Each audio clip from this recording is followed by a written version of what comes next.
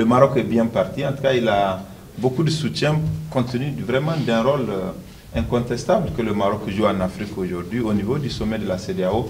Ce groupe de travail va superviser le processus et c'est à ce moment que les chefs d'État vont se déterminer par rapport à l'adhésion du Maroc. Et le ministre Bourita l'a dit ce matin, c'est sous de bons auspices et je suis d'accord avec lui. Le Niger a des défis de développement, nous avons des défis de sécurité, nous avons des défis d'amélioration de certains indicateurs sociaux.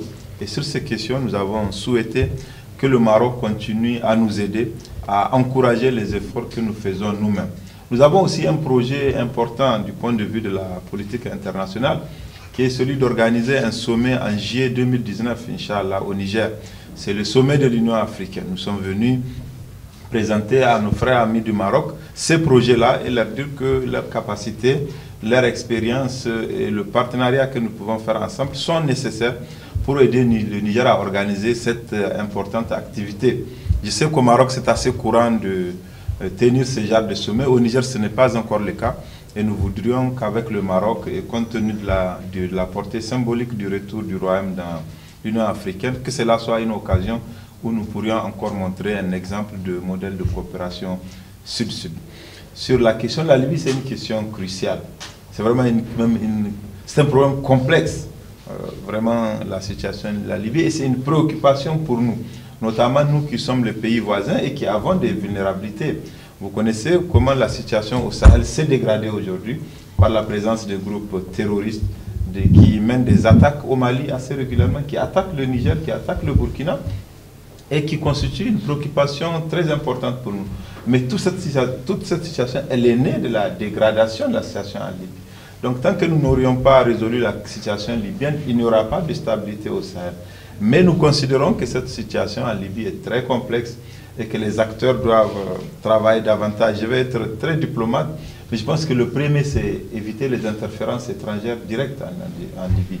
Il y a beaucoup d'acteurs qui sont présents avec des agendas divers et ces agendas-là, souvent, ne vont pas dans le sens de la paix.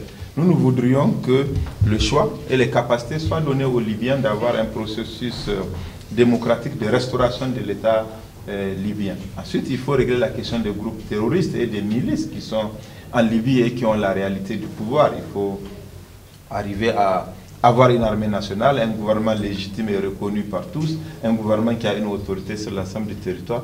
La situation est très difficile, mais je pense que nous allons travailler ensemble. Il y a un accord important qui a été signé ici, qui arrive à échéance. Maintenant, c'est l'occasion d'avoir vraiment une nouvelle perspective. Il y a un envoyé spécial que les Nations Unies ont désigné, qui a une bonne connaissance de la situation et qui est soutenu par les partenaires africains. Il va venir au Niger, on va lui dire notre soutien et lui dire ce que nous considérons être comme la solution pour sortir de la Libye.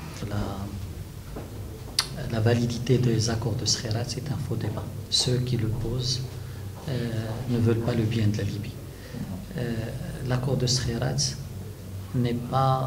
n'appartient pas qu'aux Libyens, il appartient aujourd'hui à la communauté internationale.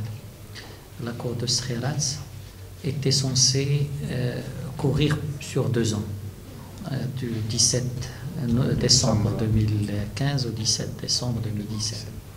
Il se trouve que des dispositions importantes de cet accord n'ont jamais pu être appliquées. Et donc le compte à rebours ne pouvait pas commencer tant que ces dispositions fondamentales n'étaient pas mises en œuvre. Et donc aujourd'hui, ceux qui posent ce débat-là veulent avoir un guide au niveau de la Libye, veulent écarter la référence, l'unique référence acceptée par la communauté internationale pour aller dans des approches plus aventurières qui n'augurent rien de bon, ni pour la Libye, ni pour la stabilité régionale. Donc le Maroc est très satisfait de la position du Conseil de sécurité qui a réitéré son appui aux accords de Skhirat et à la validité de ces accords, à la position d'un grand nombre de pays qui considèrent que les accords de Skhirat non seulement sont incontournables, mais continuent de courir parce que c'est la seule base qui existe aujourd'hui.